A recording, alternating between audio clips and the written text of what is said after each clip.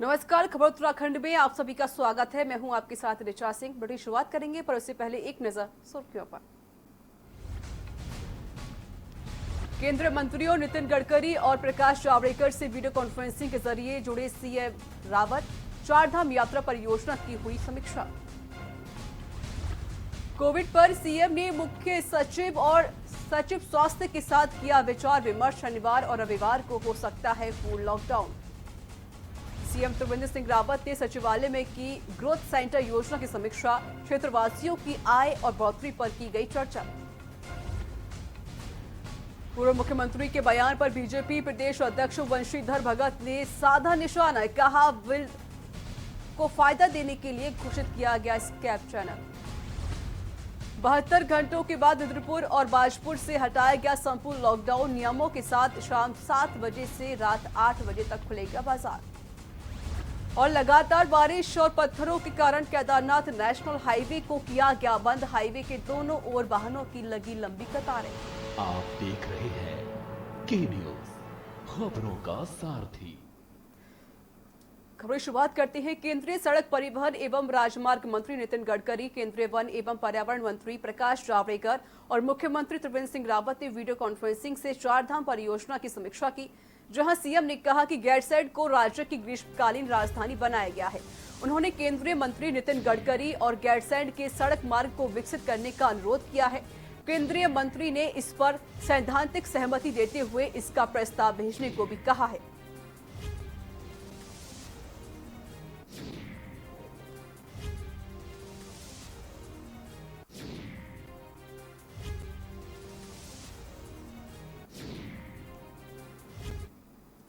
उत्तराखंड में कोविड के बढ़ते मामलों को देखते हुए मुख्यमंत्री त्रिवेंद्र सिंह रावत ने मुख्य सचिव और सचिव स्वास्थ्य के साथ विचार विमर्श किया।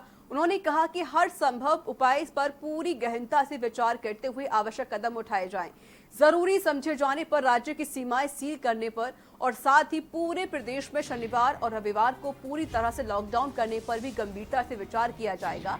जिन लोगों के होटल्स में बुकिंग है उन्हें कुछ शर्तों के साथ आने की छूट मिल सकती है। साथ ही जरूरी कार्य से उत्तराखंड आ रहे लोगों को भी आने की इजाजत मिल सकती है।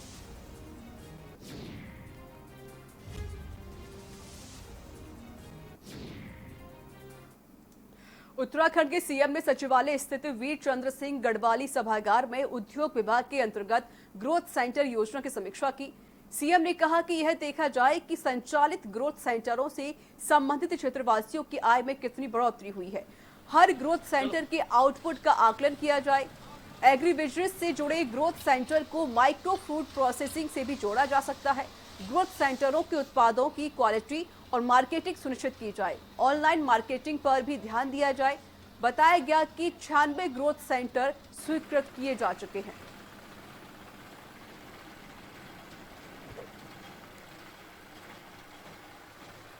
कल अचानक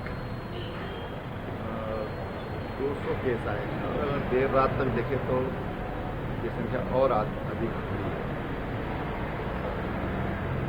तो इसके लिए एक ही समाधान है कि हम एक गैप तैयार करें, उसके जो साइकिल है उसको ट्रैक करें। तो सैटरडे संडे व्यापारियों की भी डिमांड थी कि मार्केट 5 दिन ही खोला जाना चाहिए और हालात भी इस चीज़ के लिए कह रहे हैं। सीएम रावत ने राज्य में ग्रोथ सेंटर्स के आउटपुट का आकलन करने के दिशा निर्देश दिए हैं और साथ ही उन्होंने कहा कि ये भी देखा जाए कि संचालित ग्रोथ सेंटर से संबंधित क्षेत्रवासियों की आय कितनी बढ़ोतरी हुई है। ग्रोथ सेंटर के उत्पादों की क्वालिटी और मार्केटिंग की सुनिश्चित की जाए। ऑनलाइन मार्केटिंग पर भी ध्यान दिया जाए। इनकी ब्रांडिंग पर विशेष ध्यान दिया जाने की आवश्यकता है। एग्री बिजनेस से जुड़े ग्रोथ सेंटर्स को माइक्रो फूड प्रोसेसिंग से भी जोड़ा जा सकता है। मुख्यमंत्री ने सचिवालय स्थित वीर चंद्र सिंह गढ़वाली सभागार में उद्योग विभाग के अंतर्गत ग्रोथ सेंटर योजना की समीक्षा की।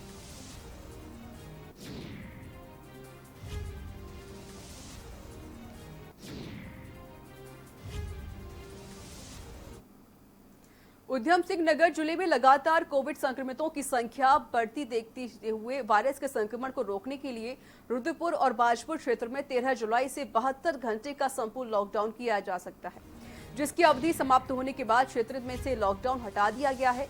जिले एडीएम जगदीश चंद्र कांडपाल ने बताया कि इस 72 घंटे की अवधि में प्रशासन ने लगातार बाजार शहर को सैनिटाइज कराया गया, जिसमें संक्रमण के दायरे को कम किया जा सके।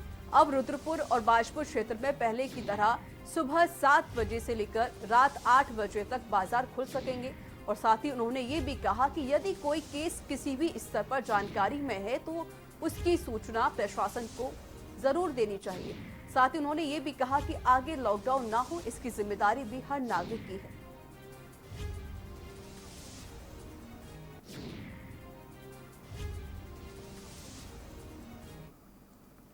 नैनीताल हाईकोर्ट ने काशीपुर, बाजपुर और मुरादाबाद में बनाए जा रहे फ्लाईओवर मामले में दायर जनहित याचिका पर सुनवाई करते हुए निर्माणकर्ता दीपक बिल्डर्स लुधियाना को नोटिस जारी कर 1 सप्ताह में जवाब दाखिल करने को कहा है। साथ ही कोर्ट ने राज्य सरकार को प्रति शपथ पत्र दाखिल करने का जवाब दाखिल करने के निर्देश भी दिए हैं। आपको बता दें कि काशीपुर निवासी दीपक वाली ने जनहित याचिका दायर की थी, जिसमें कहा गया कि बिल्डर द्वारा काशीपुर, बाजपुर और मुरादाबाद में बन रहे फ्लाईओवर समय से पूरा नहीं किया गया है।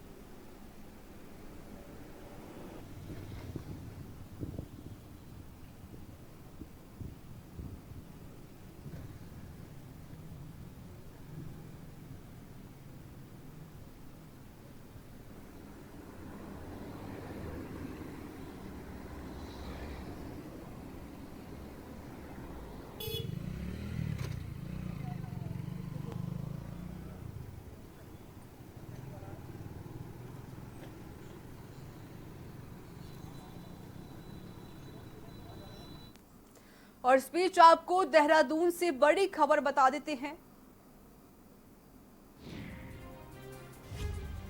देहरादून में एक बड़ा हादसा होने से टल गया है। पानी बढ़ने से लगातार हादसे हो रहे हैं। तो देहरादून में यमुना नदी में पानी बढ़ने से वाहन फंसा हुआ है। लोगों ने कड़ी मशक्कत के बाद वाहन को बाहर निकाला। हादसे में सभी यात्री सुरक्षित हैं। बड़ा हादसा होने से टल गया है। पानी बनने से लगातार हादसे होते रहते हैं। तो देहरादून में यमुना नदी में पानी बढ़ने से हादसे होते रहते हैं। इसी को लेकर वहां पर एक वाहन फंस गया।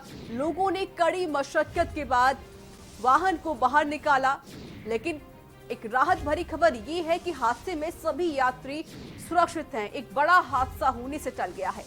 पानी बढ़ने से लगातार इस तरीके के हादसे होते रहते हैं।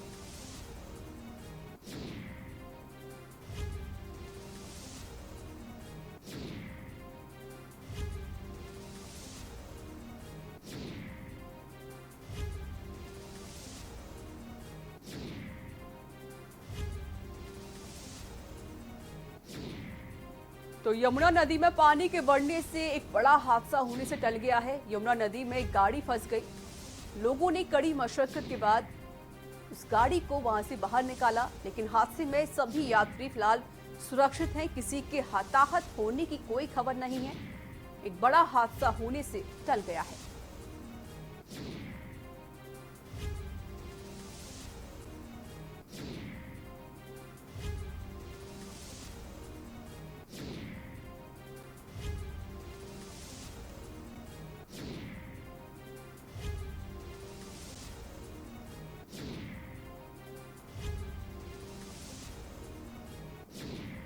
खबर आपको देहरादून से बता रहे हैं, जहां पर यमुना नदी में पानी बढ़ने से बड़ा हादसा होने से टल गया। लोगों ने कड़ी मशक्कत के बाद खुद को सुरक्षित बाहर निकाला। आपको बता दें, यमुना नदी में वाहन फंस गया था, लेकिन लोगों की समझ से उस वाहन को पानी से बाहर निकाला गया। तस्वीरें आपके सामने है, टीवी स्क्रीन पर आप देख सकते हैं किस तरीके से ये वाहन इस यमुना नदी में फंसा हुआ है। लेकिन राहत भरी खबर ये रही है कि सभी यात्री फिलहाल सुरक्षित हैं। किसी के हताहत होने की कोई जानकारी फिलहाल नहीं है। चल यार फांड चल पहले गाड़ी निकल पे तो होते हैं पर।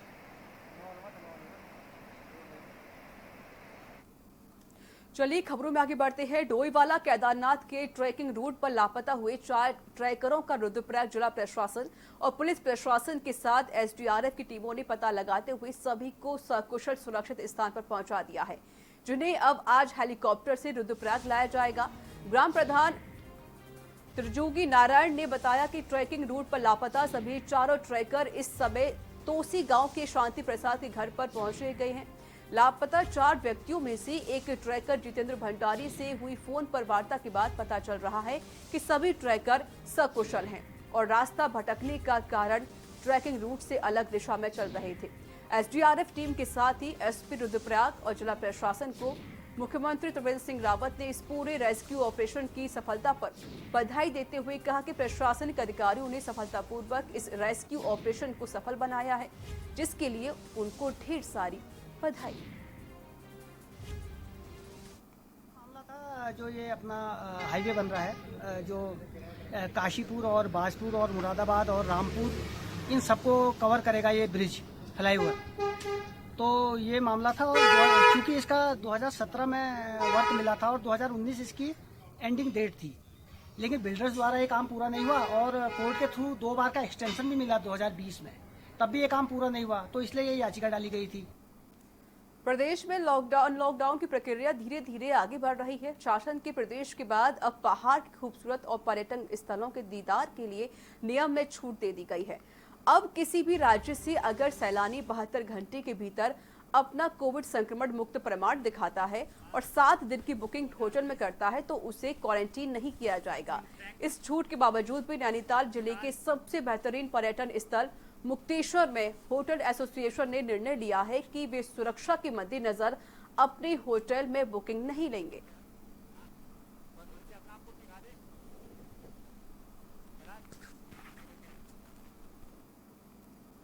कोविड काल में जहां लोगों के सामने आर्थिक संकट पैदा हुआ है, तो वहीं रोजगार के नए अवसर भी देखने को मिल रहे हैं।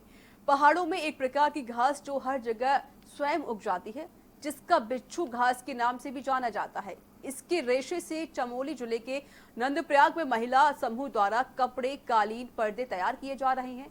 महिलाओं का पंचायत द्वारा प्रशिक्षण एवं एक भवन उनके निर्माण के लिए दिया गया है, जिसमें 20 महिलाएं कार्य करती हैं।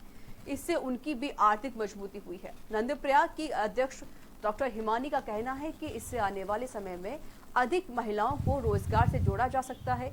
नंदप्रयाग के अध्यक्ष उत्तराखंड के मुख्यमंत्री त्रिवेंद्र सिंह रावत भी बिच्छू घास से भांग के रेशे से तैयार जैकेट पहनने को दिखाई देते हैं। इस तर्ज पर नंदप्रयाग में से ये पहला शायद स्थानीय लोगों को रोजगार के अवसर बढ़ाएगी। कल मेरी अध्यक्षता में यहाँ पर एक मीटिंग हुई थी, जिसमें ये फैसला हुआ कि हमारे होटल्स और आगे को बंद रहेंगे। उसका कारण ये है कि हमारे जो जितने नेटिव डिस्ट्रिक्ट्स हैं और डिस्ट्रिक्ट्स के जो शहर हैं, उनमें से जैसे आपका उधम सिंह, यहाँ पे ये कालीन बना के हम इनको बेचते हैं। ये स्वयं सहायता समूह के थ्रू हम सारे काम करते हैं। बिच्छू घास का बहुत ज़्यादा काम करते हैं हम यहाँ पे। इसका पत्तियों का, बिच्छू घास की पत्तियों का चाय पत्ती भी बनाते हैं और ऊन भी तैयार करते हैं। का कार्य फरवरी से चल रहा है। यहाँ पे 20 के महिला समूह हैं जो कि ये कार्य कर रही हैं और इससे इनको काफ़ी लाभ मिला। नगर पंचायत द्वारा इनको प्रशिक्षण केंद्र दिया गया, जहाँ पे सभी महिलाएं आके अपना दन बनाती हैं और बिच्छू घास से भी काफ़ी कपड़े और पत्तियाँ वगैरह बना रही हैं और हम हमारे समय समय पर हमारे द्वारा इनको मदद की जाए। पहाड़ों में उगने वाली ये बिच्छू घास आर्थिकी का जरिया बन सकती है। इसके द्वारा रेसे निकाल करके यहाँ पे वस्त्र बनाए जा रहे हैं, दन बनाए जा रहे हैं और कालीन बनाए जा रही है। आप देख सकते हैं कि किस तरह ये घास बहुत ही मात्रा में यहाँ पे सड़कों के किनारे उगी हुई है। वर्तमान में इसको लेकर के मुख्यमंत्री जी द्वारा भी पहल की गई है, जिसकी लोगों ने सराहना की है। के न्यूज के लिए चमोली से अनिल राणा। लगातार हो रही बारिश के कारण केदारनाथ नेशनल हाईवे बांसवाड़ा बंद है। हाईवे पर लगातार पत्थरों की बरसात हो रही है। हाईवे के दोनों छोरों पर केदारनाथ धाम आने जाने वाले यात्री फंसे हुए हैं। लगातार पत्थर गिरने के कारण हाईवे को खोलने का काम शुरू नहीं हो पा रहा है। ओ भयंकर, अरे जाम है, ये तो नहीं आएगा।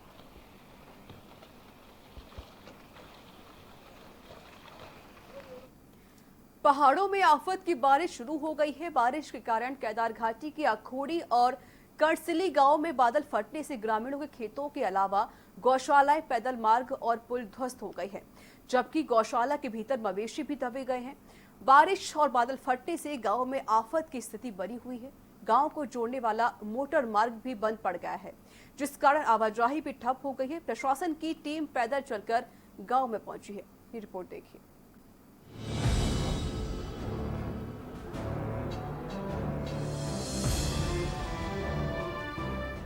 पहाड़ी क्षेत्रों में लगातार हो रही बारिश के कारण परेशानियां बढ़ गई हैं। रुद्रप्रयाग के करसिली गांव के पिंगल पानी तोक बादल फट गया, जिस कारण ग्रामीणों के खेत खलियान, शौचालय, पैदल संपर्क मार्ग, पेयजल योजनाएं आदि ध्वस्त हो गई हैं। जबकि लोगों के घरों के पुस्ते भी ढह गई हैं। वहीं अखोड़ी गांव में भारी बारिश के कारण 2 गौशालाएं, खेत और रास्ते भी ध्वस्त हो गए। बताया जा रहा है कि गौशाला के अंदर बंधे मवेशी भी दब गए हैं। करसिली गांव को जोड़ने वाली सड़क का एक हिस्सा भी तेज बहाव में बह गया है।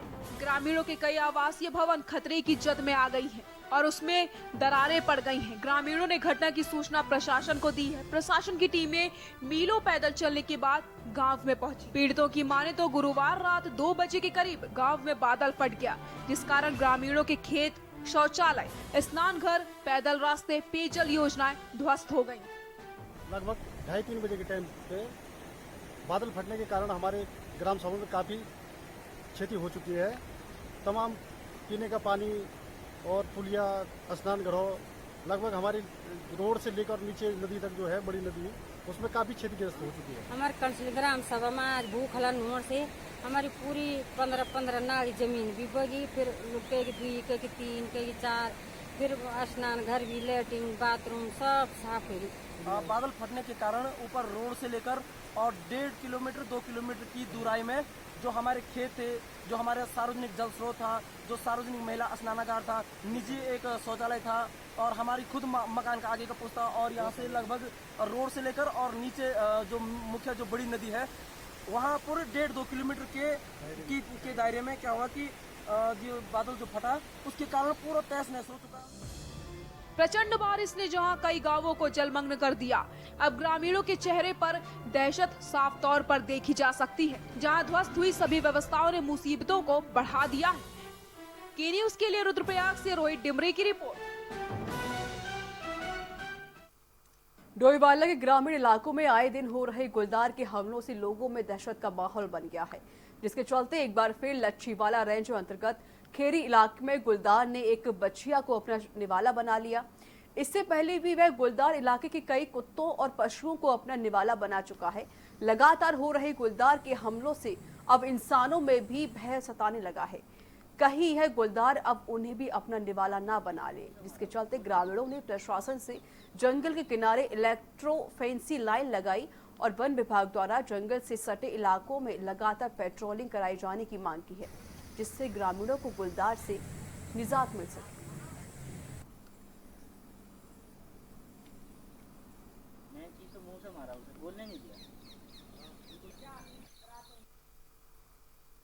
सबसे बड़ा जो खतरा बन चुका है बाघ जो है वो, क्योंकि ज़्यादातर जितने गांव हैं वो जंगल किनारे बसे हुए हैं और एक बहुत ही ज़्यादा खतरा, खासकर जितने हमारे मवेशी हैं उनके लिए खतरा बन चुका है, क्योंकि इनकी संख्या इतनी बढ़ गई है जिसकी वजह से बहुत ज़्यादा नुकसान आजकल गाँव ग्रामीणों को हो रहा है। और मैं समझता हूँ कि इसमें जंगलात वालों ने पेट्रोलिंग बढ़ानी चाहिए। जहाँ जहाँ पे ये वाक़ये आ रहे हैं वहाँ पे पेट्रोलिंग तो कम से कम एक रेगुलर पेट्रोलिंग अगर हो तो उससे गाँव वालों को फ़ायदा होगा। और यहाँ पर एक छोटे से ब्रेक का हो चला है। ब्रेक के बाद जल्द हाजिर होंगे।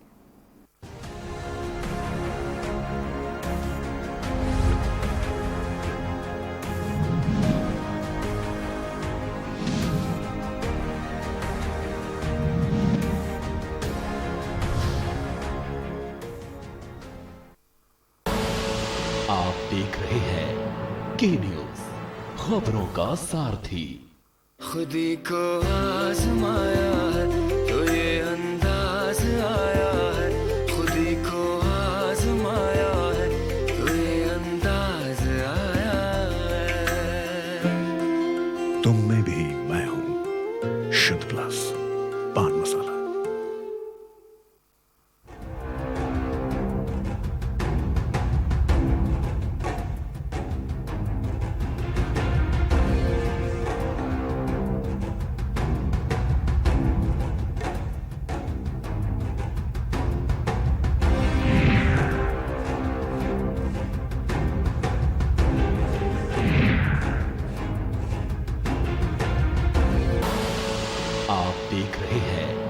की न्यूज, खबरों का सारथी।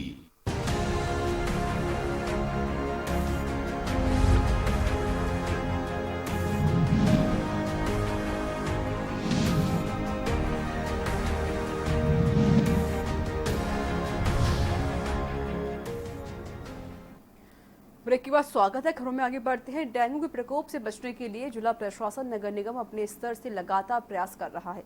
इस संबंध में मुख्य नगर आयुक्त विनय शंकर पांडे ने बताया कि सभी पार्षदों के साथ वार्ता की गई है। घर घर पंपलेट बांटने के साथ ही जहां पर जलभराव की स्थिति थी वहां पर मिट्टी डालकर गड्ढों को बंद कर दिया गया है। साथ ही वार्डों में एक महाअभियान भी शुरू किया गया है, जिसमें नगर निगम की टीम घर घर जाकर लोगों को जागरूक कर रही है और सावधानी न बरतने वालों के चालान भी काट रही है। बता दें, अब तक ऐसे 78 चालान काटे गए हैं। देखिए, डेंगू को लेकर हम लोगों ने पिछले 1 महीने से काफी सघन स्तर पर प्रयास किया है। सभी पार्षदों को टुकड़ों में बुलाकर उनसे बात की गई। उनसे कहा गया कि एक लिस्ट दे दें और उन जगहों को बता दें जहां पर वाटर बॉडीज हैं, जहां पर पानी रुकता है। वहां पर हम लोगों ने 2 तरीके से कार्य किया है। जहां पर पानी निकाल सकते हैं, हम कच्ची ट्रेन बनाकर वहां निकालने का प्रयास किया गया, और जहां नहीं निकाल सकते वहां मिट्टी के भरान का कार्य भी हम कर रहे हैं। साल 2016 में तत्कालीन हरीश रावत सरकार ने एक शासनादेश जारी कर हर की पेड़ी से निकलने वाली गंगा का स्कैप चैनल घोषित कर दिया था। तब से साधु और संत इस शासनादेश को निरस्त करने की मांग कर रहे हैं। अपनी इस गलती पर हरदा ने माफी भी मांगी थी। इस बारे में बीजेपी प्रदेश अध्यक्ष वंशीधर भगत ने हरीश रावत पर जमकर निशाना भी साधा था, जिसका पलटवार करते हुए पूर्व मुख्यमंत्री हरीश रावत ने कहा कि बिल्डर्स को फायदा पहुंचने के लिए क्या किया गया था। मेरी सरकार तो कुछ ही दिन की रही, क्या 3 साल से इस कानून को इसलिए बनाए रखा था कि बिल्डर्स को लाभ मिले। और मुख्यमंत्री जी ने कहा है कि हरीश रावत को यदि उन्होंने माना है तो उन्होंने प्रायश्चित किया है। मैं उनसे कहना चाहता हूँ, आप कब प्रायश्चित कर रहे हो? क्योंकि हरीश रावत ने तो दिसंबर 2016 में शासनादेश लागू किया था और मेरी सरकार कुछ ही दिनों के बाद चली गई थी। तो आप 3-3.25 साल से सरकार में हैं और निरंतर ये मांग उठ रही है कि ये शासनादेश को समाप्त किया जाए। तो आप अब कब प्रायश्चित करने जा रहे हैं, कब शासनादेश को समाप्त करने जा रहे हैं, ये मुख्यमंत्री को बताना चाहिए। मौसम विभाग ने उत्तराखंड के कई इलाकों में बारिश होने की संभावना जताई थी। जहां मौसम विभाग की चेतावनी सही साबित हुई है, तो वहीं सुबह से ही राजधानी देहरादून में झमाझम बारिश देखी गई। मौसम निदेशक विक्रम सिंह ने बताया कि उत्तराखंड में अगले 2 से 3 दिन तक हल्की बारिश उत्तराखंड में देखी जा सकती है। कई जिलों में तेज बारिश होने की भी संभावना है। उत्तराखंड के लिए मौसम की बात करें तो आप देखेंगे कि अनेक जगहों तक में हल्की से मध्यम बारिश जो है वो प्रदेश में 2 से 3 दिन अभी जो मिलने वाली है। आज 16 तारीख है, तो मैं कहूँगा 18 तारीख तक करीब आप देख सकते हैं, देखेंगे कि जो हल्की से मध्यम बारिश है वो प्रदेश में अनेक जगहों तक में मिलेगी। साथ में जो भारी बारिश की अगर बात कर लें तो हालांकि बहुत ज़्यादा ऐसी कोई सीवियर एक्टिविटी नहीं है, लेकिन हाँ एका दुक्का जगहों में भारी बारिश जो है, जैसे आप कह सकते हैं देहरादून डिस्ट्रिक्ट है, पौड़ी डिस्ट्रिक्ट है, और इसी तरह आप बात करेंगे कुमाऊं रीजन में तो उसमें नैनीताल और पिथौरागढ़ डिस्ट्रिक्ट है। तो इनमें मैं कहूँगा एका दुक्का जगहों में भारी बारिश भी मिलने की संभावना इन 2-3 दिनों में है। विकासनगर के कोतवाली विकासनगर अंतर्गत डाक पत्थर क्षेत्र से एक ऐसा मामला सामने आया है जिससे मानवता का एक बार फिर शर्मसार हो गई है, जहां पर गंदे नाले में नवजात बच्ची को देख स्थानीयों ने इसकी जानकारी पुलिस को दी। वहीं पुलिस ने मौके पर पहुंचकर बच्ची की सीएससी में भर्ती करा दिया है। बता दें, बच्ची का स्वास्थ्य पूरी तरह स्वस्थ बताया जा रहा है।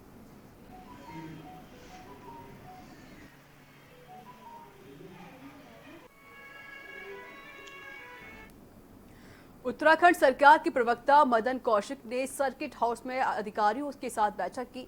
बैठक में उन्होंने हल्द्वानी के बारे में जानकारी के साथ ही अधिकारियों से अन्य कई कार्यों के बारे में जानकारी ली। इस मौके पर सभी आला अधिकारी मौजूद रहे।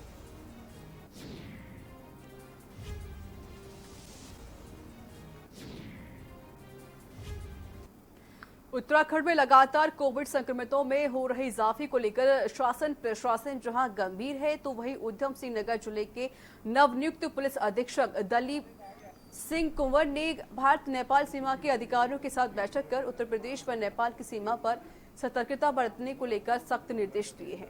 पुलिस अधीक्षक ने बताया कि सीमा पर 11 चौकियां तैनात हैं, जिनमें से दिन प्रतिदिन लोगों की आवाजाही रहती है।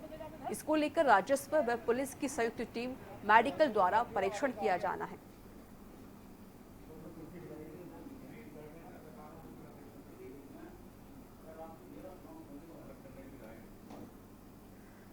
हरेला पर्व पर डोईवाला पहुंचकर विधानसभा अध्यक्ष प्रेमचंद्र अग्रवाल ने पौधारोपण का कार्यक्रम किया, जहां पर विधानसभा अध्यक्ष ने कोरोना के बढ़ते प्रकोप को देखते हुए सरकार द्वारा लिए गए 2 दिन के लॉकडाउन के फैसले को उचित ठहराया। प्रेमचंद्र अग्रवाल ने कहा कि जिस प्रकार से देश की अर्थव्यवस्था नाजुक स्थिति में पहुंच गई थी, उसे सुधारने के लिए सरकार ने अनलॉक करने का फैसला किया था, लेकिन जब से अनलॉक हुआ तब से सभी लोग थोड़ा लापरवाह हो गए हैं, इसलिए यह कदम उठाना आवश्यक है।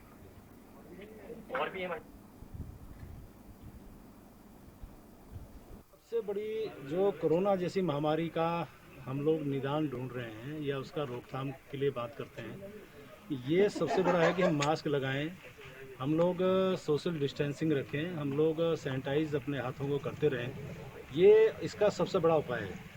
लेकिन जब से अनलॉक हुआ हमारा, चाहे प्रदेश की बात करें, देश की बात करें, थोड़ी लापरवाही हम सबकी तरफ से हो रही है, उस लापरवाही को रोकने के लिए। तो इसी के साथ खबर उत्तराखंड में इतना ही। आगे देखिए सूबा बोलेगा।